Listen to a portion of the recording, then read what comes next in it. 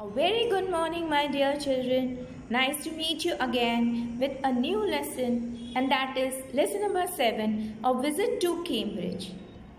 My dear children, before you read, let's learn something about two disabled people.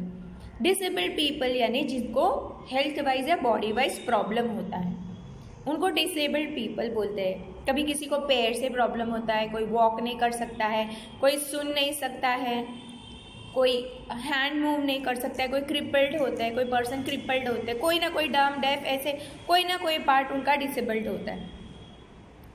तो ये story ऐसे ही कुछ है.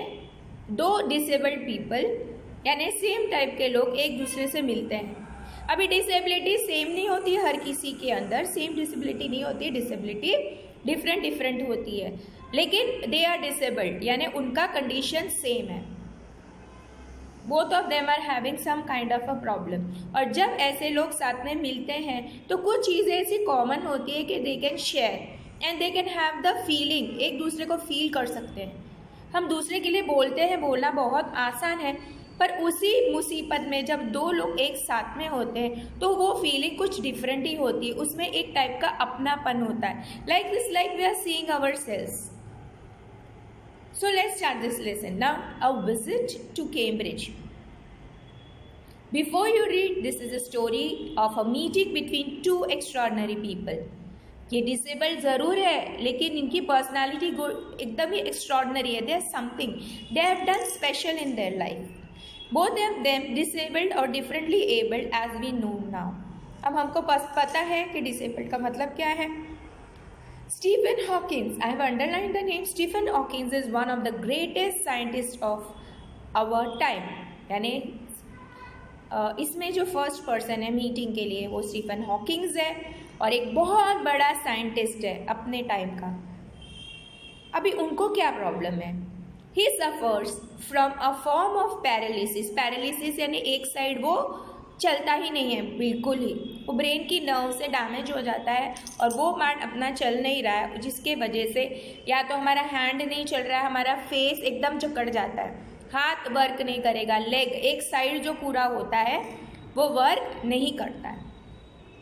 उनको पैरालिसिस था that confines him to a wheel chair, यानी वो व्हील चेयर के बिना उनका गुजारा ही नहीं, वो चल फिर सकते कंफर्टेबली नहीं है, वो उठ नहीं सकते, ही कांट वॉक. उसके लिए वो किस में बैठे हैं, व्हील चेयर में, यानी इस कन्फाइंड यानी वो चल नहीं पाएंगे. He has to stay in the wheelchair if you wants to sit or move around. Wheelchair किसके लिए होता है, जो चल फिर नहीं सकते, उनको घूमना है, करना है, तो व्हील चेयर के मदद से वो लोग घूम फिर सकते हैं. And allows him to speak only by punching buttons on a computer. अब वो बोल भी नहीं सकते हैं, सिर्फ वॉकिंग, और वो पैरालिसिस नहीं है लेकिन उनके फेस में भी प्रॉब्लम हो गया है जिसके वजह से वो बोल भी नहीं पाते थे. तो किसके मदद से वो अपने आप को एक्सप्रेस करते थे, अपने विचारों को कैसे बताते थे, कंप्यूटर में बटन प्रेस करने से. और वो कंप्यूटर में से आवाज़ निकलती थी जब वो वर्ड्स प्रेस करते थे. जब वो वर्ड प्रेस करेगा तो वर्ड वो कंप्यूटर बोलेगा उनके लिए, वो जो एक्सप्रेस करना चाहते हैं. Speaks for him in a machine like voice, यानी आपको तो पता ही कंप्यूटर का वॉइस कैसा होता है, जो वर्ड्स बोले जाते हैं वो बोलना चाहते हैं, वो टाइप करते थे और वो जो वर्ड टाइप करते थे वो वर्ड कंप्यूटर से आवाज़ निकलती थी. फिर दोस्त कंगा, अभी ये दूसरा पर्सन है, ये लेसन का राइटर भी है. फिर दोस्त Kanga is a writer and a journalist. Journalist यानी जो न्यूज़पेपर मैगजीन्स वगैरह के लिए लिखते हैं वो. Who lives and works in Mumbai, वो बॉर्न हुए थे मुंबई में, रहते वहाँ थे, काम भी मुंबई में ही करते थे. अब सबसे पहले हमने बात की स्टीफन हॉकिंस जो एक साइंटिस्ट है, और दूसरे बात कर रहे हैं हम लोग फिरदौस कंगा. फिरदौस कंगा एक राइटर और एक जर्नलिस्ट है. Who lives and works in Mumbai. Kanga was born with brittle bones. Brittle bones के मतलब क्या होता है, हम बोलते हैं ना जैसे कांच ब्रिटल होता है, क्ले ब्रिटल, कुछ चीज़ें होती है वो ब्रिटल होती है. ब्रिटल का मतलब है अगर हाथ से गिर जाएगा तो वो टूट जाएगी, टूट के बिखर जाएगी. वो वीक होते हैं, वो स्ट्रांग नहीं होते हैं. अगर हम लोग आयरन वगैरह फेंकते हैं, स्टील फेंकते हैं, तो वो टूटता नहीं है, यानी उसे बहुत संभालना पड़ता था. तो ये इनके जो बोन्स थे, जो हड्डियाँ थी, वो ब्रिटल थी, यानी इजीली टूट जाए वैसी थी। That tended to break easily when he was a child, आराम से टूट जाती थी जब वो एक छोटा बच्चा था तब से। Kanga moves around in a wheel chair, अभी दोनों के बीच में क्या कॉमन हो गया कि दोनों किस में मूव होते थे, एक व्हील चेयर में, दोनों चल फिर नहीं सकते थे। अगर आप उनका फोटो देखोगे तो जैसे स्टीफन हॉकिंग्स का फोटो आएगा, पिक्चर आएगा, I will show it to you that this is Stephen Hawkings picture, and end में है कंगा का फोटो है, वो भी मैं आपको बता दूंगी। फिरदौस कंगा का फोटो है। The two great man exchange thoughts on what it means to live life in a wheel chair and on how the so called normal people react to the disabled. अभी क्या होता है, जब कोई प्रॉब्लम होता है या कोई डिसेबल्ड होता है तो सबसे पहले क्या निकलता है सबके मुंह में से, बेचारा या बेचारी निकलता है। तो वो हमेशा सोचते हैं कि ये लोग दुखी है, बहुत अनहैप्पी है, इनको सहारे की ज़रूरत है, ये नॉर्मल है, ऐसे ही सोचा जाता है। लोग ऐसे ही सोचते, डिसेबल्ड लोग हो उनके बारे में ऐसा ही सोचा जाता है। नॉर्मल पीपल बेसिकली, नॉर्मल यानी जो हेल्दी पीपल है, बॉडी वे में हेल्दी है, वो क्या रिएक्ट करते हैं डिसेबल्ड के लिए। और व्हील चेयर में कन्फाइंड रहना यानी व्हील चेयर के बिना मूव नहीं कर पाना क्या होता है, उसके बारे में डिस्कशन है। Now let's start with the lesson. अभी ये दो विजिट टू कैम्ब्रिज, ये स्टोरी है जहाँ पे दो different abled person Stephen Hawkins and Firdaus Kanga meet कर रहे हैं। फिरदौस कंगा एक राइटर है, एक जर्नलिस्ट है। वो एक टूर पे गए थे कैम्ब्रिज में और उनका जो टूरिंग करा रहे थे वो गाइड थे। उन्होंने बोला स्टीफन हॉकिंस जो है वो, न्यूटन तो आप जानते हैं, न्यूटन तो बहुत बड़ा साइंटिस्ट था, उनके चेयर पे वो यूनिवर्सिटी में बैठा हुआ, यानी उनका पोस्ट उनको मिला हुआ है। तो उनको उस गाइड ने बताया था, Cambridge was my metaphor for England and it was strange that when I left it had become altogether something else because I had met Stephen Hawking there. अब कैम्ब्रिज उनके लिए बहुत बड़ी चीज़ हो गई थी। क्यों? क्योंकि उनकी एक विज़िट जो थी कैम्ब्रिज में, वो पहले आए थे, उनको क्या एहसास हुआ, और जब स्टीफन हॉकिंग्स को मिलकर वापस चले गए, वो दोनों फीलिंग्स में टोटली डिफरेंस है। It was on a walking tour through Cambridge that the guide mentioned Stephen Hawking, poor man who is quite disabled now, though he is a worthy successor to Isaac Newton, whose chair he has at the university. अब इसका मतलब मैंने जैसे आगे समझाया, वो लोग क्या समझते हैं कि ये जो व्हील चेयर पर बैठे हुए स्टीफन हॉकिंस है, वो गाइड ने बताया कि बेचारा है, वो बहुत डिसेबल्ड है, वो व्हील चेयर में रहता है, लेकिन वो लायक है, वर्दी सक्सेसर यानी न्यूटन के बाद उसके चेयर पे बैठने के लिए वो लायक है, क्योंकि वो बहुत ही ब्रिलियंट है। भले उनकी बॉडी ढंग से नहीं चल रही है, लेकिन उनका माइंड है, उनका जो सोल है, उनकी जो आत्मा है, that is extraordinary, is an extraordinary intelligent person.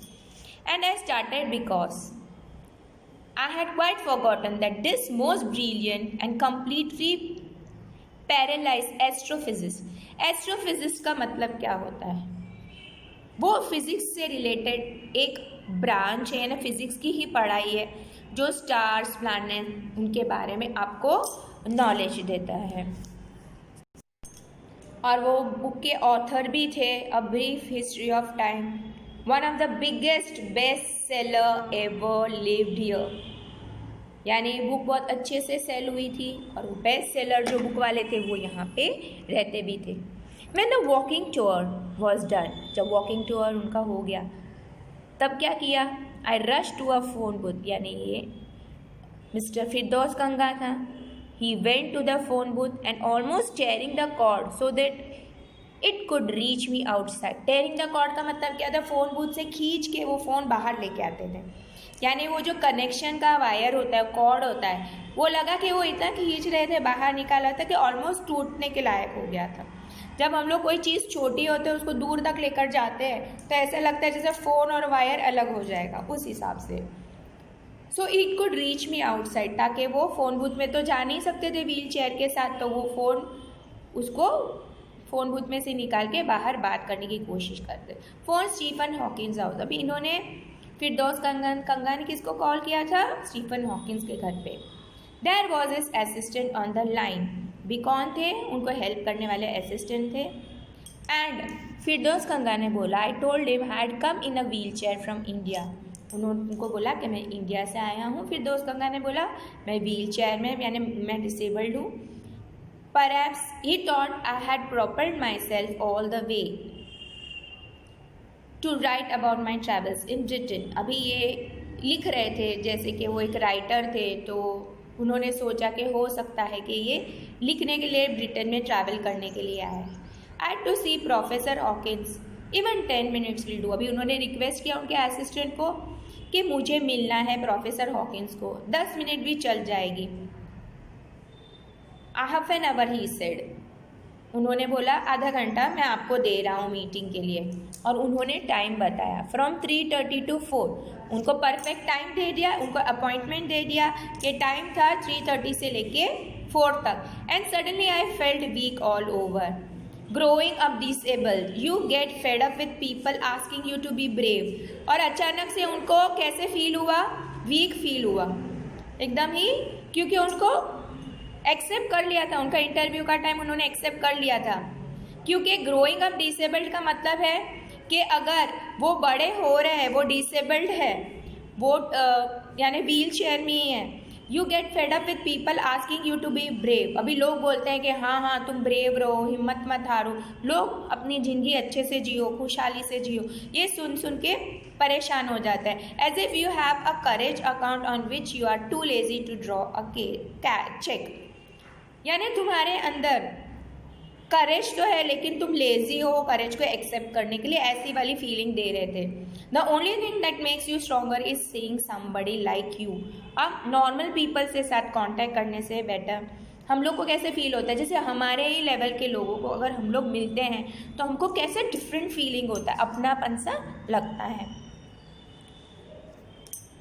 Achieving something huge, ऐसे लग रहा है कि हम लोगों ने कुछ अचीव कर लिया, हमने कुछ हासिल कर लिया ज़िंदगी में। Then you know how much is possible and you reach out further than ever thought you could.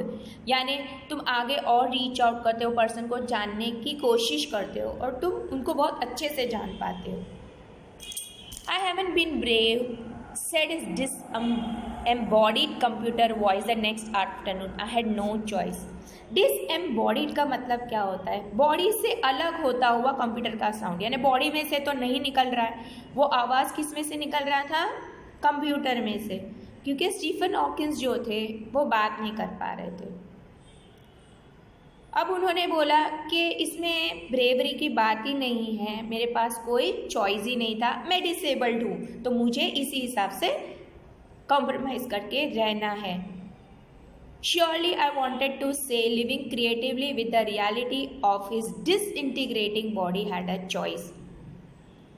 अभी फिरदौस कंगा भी ये बोलना चाहते थे कि क्रिएटिवली जीना, यानी अपने नए तरीके से जीना, रियलिटी को एक्सेप्ट करना कि हमारी बॉडी हमारा साथ नहीं दे रही है, हमारी बॉडी डिसइंटीग्रेटिंग है, यानी हमारा साथ नहीं, separated out.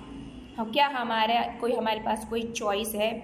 But I kept quiet because I felt guilty every time I spoke to him forcing him to respond. यानी जब वो बात कर रहे थे उनको बहुत ही गिल्टी फील हो रहा था, जैसे उनको लग रहा है कि मैं उनसे ज़बरदस्ती जवाब ले रहा हूँ। There he was tapping at the little switch in his hand. अभी क्या था, वो हमारी तरह कंफर्टेबली बोल नहीं सकते थे, उनको हमेशा कंप्यूटर की स्विच दबानी पड़ती थी अपने हाथ से। Trying to find the words on the computer with the only bit of movement left to him. अभी वो सिर्फ कौन सी मूवमेंट कर सकते थे? वो कंप्यूटर के स्विच की मूवमेंट करते थे। हिज लॉन्ग पेल फिंगर्स, फीकी सी उनकी उंगलियां थी, पेल लंबी लंबी उंगलियों से करती थी। Even so often his eyes would shut in frustrated exhaustion, क्योंकि वह थक जाते तो फ्रस्ट्रेट हो जाते थे, उनमें इतनी एनर्जी भी नहीं थी कि बटन प्रेस करके जवाब दे सकते थे।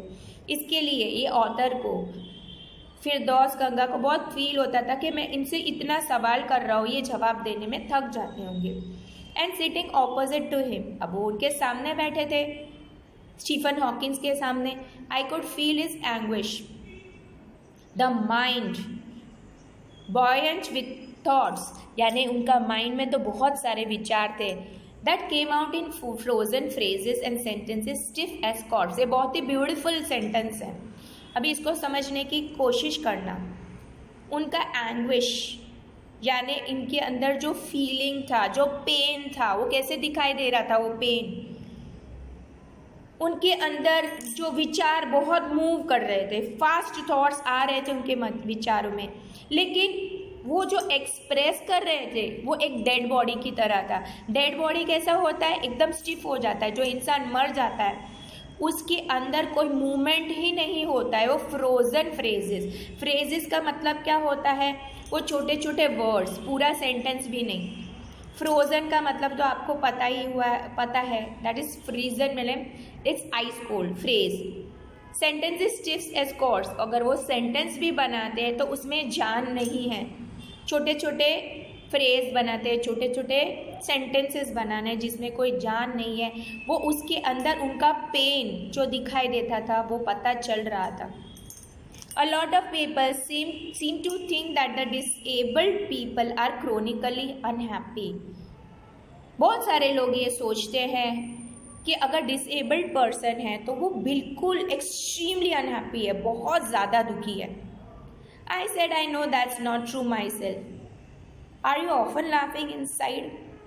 अभी मुझे ये पता है ऐसा नहीं होता है कि जो डिसेबल्ड होता है वो हमेशा बहुत ही ज़्यादा दुखी और अनहैप्पी होते हैं।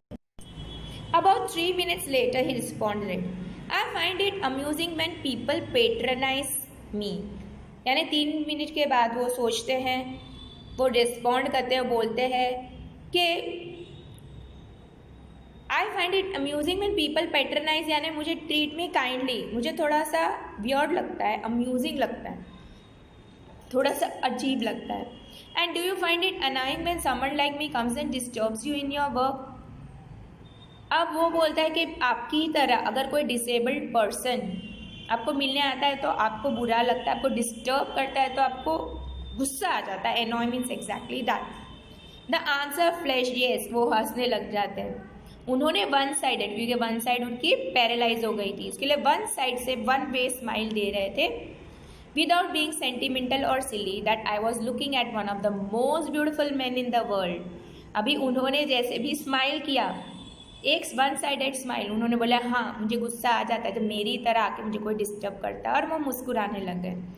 तब उनको देख के ये एहसास हुआ कि सबसे प्यारा अगर सुंदर सा पर्सन इन द वर्ल्ड है तो वो स्टीफन हॉकिंस है। A first glimpse of him is shocking. अभी उनको पहली बार देख के एकदम से शॉक लगता है। क्यों शॉक लगता है? Because he is like a still photograph. उनमें एक जरा भी मूवमेंट नहीं है, देख के कोई चौंक जाएगा, एकदम स्ट्रेट सीधा ही है, एक स्टिल फोटोग्राफ की तरह है। As if all those pictures of him in magazines and newspaper have turned 3 dimensional. यानी उनके पिक्चर्स तो देखे थे उन्होंने मैगजीन, न्यूज़पेपर में, यानी वो सब जिंदा होने लगे, 3 डायमेंशनल लुक देने लगे थे। Then you see the head, यानी जैसे फोटोग्राफ था वैसे वो नज़र आ रहे थे, यानी वो लाइव पर्सन है ऐसा नहीं, जैसे उन्होंने पहले फोटोग्राफ देखे थे, मैगजीन थे, वही उनके सामने आ रहा है। Then you see the head twisted sideways into a slump. उनका जो हेड है थोड़ा सा ट्विस्ट हुआ है, थोड़ा मुड़ा हुआ है एक साइड में, स्लम्प यानी ऐसे गिरा हुआ, झुका हुआ। द टॉर्सो यानी उनका upper part of the body जो होता है, shrunk inside the pale blue shirt, यानी बहुत एकदम श्रंक यानी साइज में छोटा हो जाना। उनका बॉडी जो एकदम छोटी सी श्रंक साइज लग रही थी। पेल ब्लू कलर का उन्होंने शर्ट, लाइट ब्लू कलर का शर्ट पहना था। द वेस्टेड लेग्स यानी उनके जो पैर थे अभी कोई काम के थे नहीं। You look at his eyes which can speak still and they are saying something huge and urgent. उनकी आँख में एक्सप्रेशन था जो बहुत कुछ बताना चाहता था। उनका बॉडी तो कुछ बोल नहीं सकता था, मुंह से स्पीक नहीं कर सकता था, लेकिन उनकी आंखें जिंदा थी, जान थी उनकी आंखों में, जो बहुत कुछ बोलना चाहती थी, और वो भी बहुत सारी बड़ी बड़ी बातें, और वो भी अर्जेंट थी। It is hard to tell what, मगर ये नहीं बता पा रहे थे कि वो बताना क्या चाहते थे। But you are shaken because you have seen something you never thought could be seen. इतना ब्रिलियंट पर्सन, उनको देखना ऐसे जैसे स्टिल फोटोग्राफ है, वो अपने आप को ज़्यादा एक्सप्रेस भी नहीं कर पा रहे हैं, उनको देख के हम थोड़े से हिल जाते हैं क्योंकि हमने पहले से ऐसे कुछ भी देखा नहीं था. Before you like a lantern whose walls are wall so thin you glimpse only the light inside. जैसे एक लैंटर्न हम लोग बोलते हैं जिसके अंदर हमको सिर्फ एक लाइट दिखाई देती है.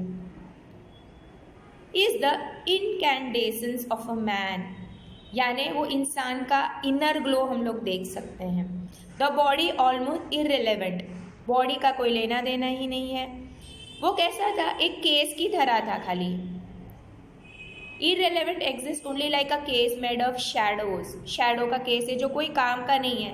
बॉडी काम का नहीं है, सिर्फ उनकी जो आत्मा है वो एक कैंडल की तरह लाइट दे रही थी.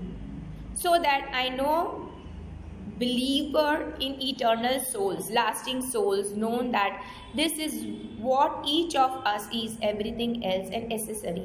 इससे सच्चे इंसान की पता चलता है कि जो मेन होता है अंदर का इंटेलिजेंस होता है, मेन अंदर की जो एक्टिविटी होती है वो, बाकी सब तो एसेसरी यानी साइड की चीज़ है, वो डेकोरेशन है. बॉडी वगैरह सिर्फ एक डेकोरेशन है, इतनी एसेंशियल चीज़ें नहीं है. What do you think is the best thing about being disabled? I asked him earlier. कि आपके हिसाब से डिसेबल्ड होने में सबसे अच्छी कौन सी बात है? I don't think there is anything good about being disabled. उन्होंने ये कहा कि कुछ अच्छी बात है ही नहीं डिसेबल्ड होने में. I think I said you do discover how much kindness there is in the world.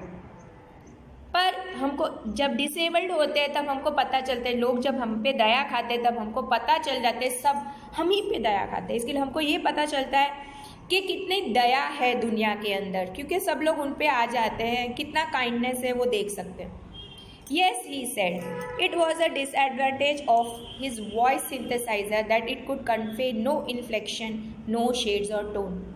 अब जब हम बात करते हैं तो हम ये बता सकते हैं, सामने वाला अगर बात करता है तो हमको पता चलेगा वो खुश है, वो दुख है, उसके मन की सारी फीलिंग्स हम लोग जान सकते हैं. लेकिन जब ये चीज़ एक कंप्यूटर से निकलती है तो कोई शेड नहीं, कोई टोन नहीं, एक ही टोन निकलेगा, ना ऊंचा आवाज़ ना नीचा आवाज़, कोई इन्फ्लेक्शन नहीं, कोई फीलिंग नहीं, कुछ भी नहीं. एक वॉइस सिंथेसाइजर, एक मशीन से आवाज़ आ रही है तो हम लोग कुछ फील नहीं कर सकते. And I could not tell how enthusiastically agreed with me. और उन्होंने येस बोला, लेकिन येस कितने दिल से बोला वो पता करना थोड़ा मुश्किल है. Every time I shifted in my chair और turn my wrist to watch the time, I waited to make every one of our 30 minutes count.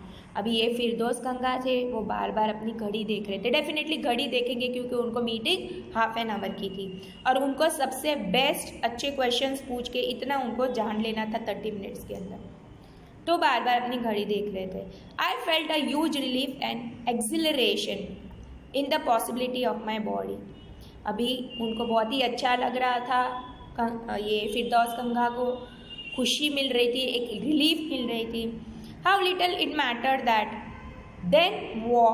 I would never walk or even stand. अब उनको ऐसे feel नहीं, पहले उनको बहुत ऐसे feel होता था, बहुत दुख फील होता था फिरदौस गंगा कि मैं चल नहीं पा रहा हूँ, मैं खड़ा नहीं हो पा रहा हूँ, दूसरों लोगों को देखो.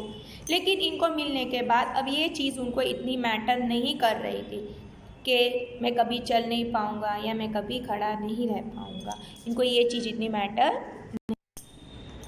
I told him how it had been an inspiration beyond click for me and surely for others.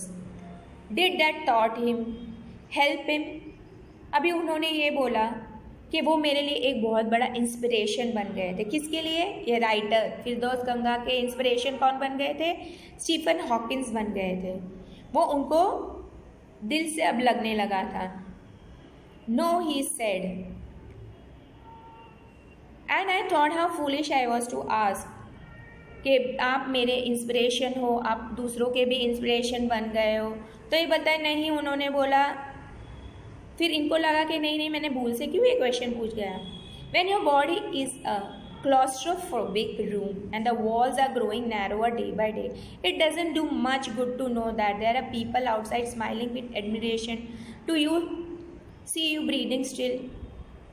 अब ये अपने बॉडी को फील कर रहे हैं कि बस एक 4 दीवार है उनकी बॉडी, ठीक है, एक रूम है, 4 दीवारी का रूम है जो दिन भर दिन जगह छोटी होती जा रही है, उनका बॉडी यूजलेस है, ओके, दे कांट स्टैंड और डू एनीथिंग।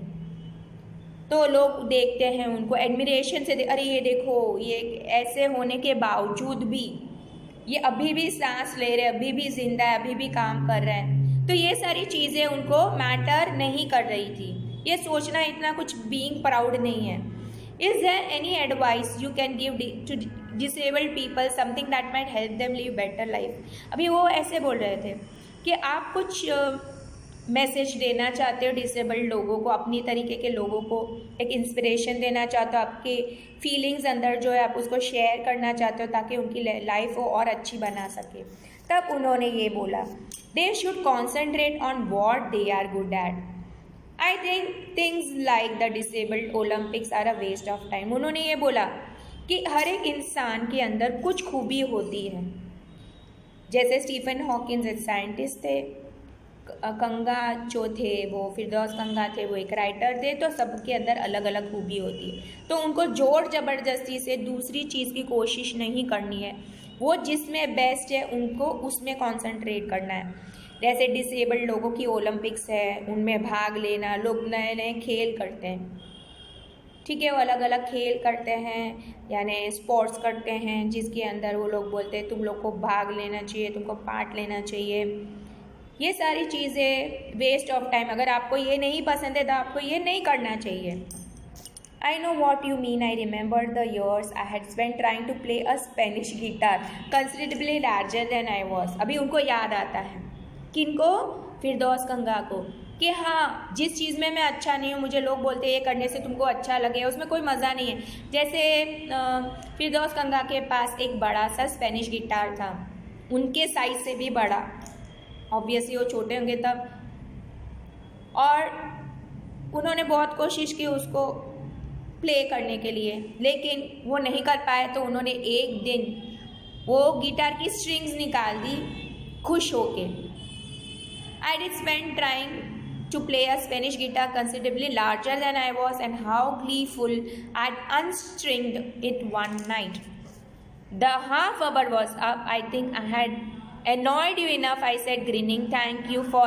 अभी आधा घंटा हो चुका था और उनको पता था कि ये चीज़ उनको गुस्सा देते थे। उनको मुस्कुरा के बोला अच्छा थैंक यू, शायद से वो लीव लेना चाहते थे, उनको पता था उनका आधा घंटा मीटिंग का हो चुका था। Stay I waited, have some tea, I can show you the garden. अभी स्टीफन हॉकिंस उनको रोक लेते हैं, उन्होंने बोला थोड़ी चाय पी लो, मैं आपको बाहर गार्डन में भी घुमाने लेकर जाता हूँ। दोनों ही व्हील चेयर में थे। अभी उन्होंने थोड़ा मीटिंग का टाइम एक्सटेंड कर दिया। The garden was as big as a park. वो गार्डन जो था वो बड़ा पार्क की तरह था, but Stephen Hawkins covered every inch rumbling around in his motorised wheel chair where I dodged up to keep out of the way. अभी क्या था, स्टीफन हॉकिंस लेकर जा रहे थे, अपनी व्हील चेयर लेकर जा रहे थे और मैं कोशिश कर रहा था उनके पीछे पीछे जाने के लिए। वो डॉजिंग कर रहे थे पीछे। To keep out of the way we couldn't talk very much, the sun made him silent, the letters on his screen disappearing in the glare.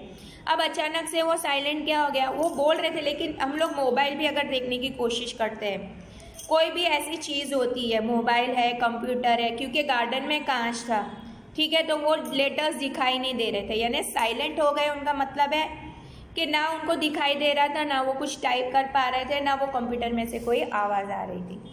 An hour later, 1 घंटा बीत चुका। We were ready to leave, अब उनकी meeting ख़त्म होने आई। I didn't know what to do, I could not kiss him और cry. मैं उनको ना किस कर सकता था, ना मैं रो सकता था। I touch his shoulder. उन्होंने क्या किया, उनका शोल्डर टच किया। किसने किया?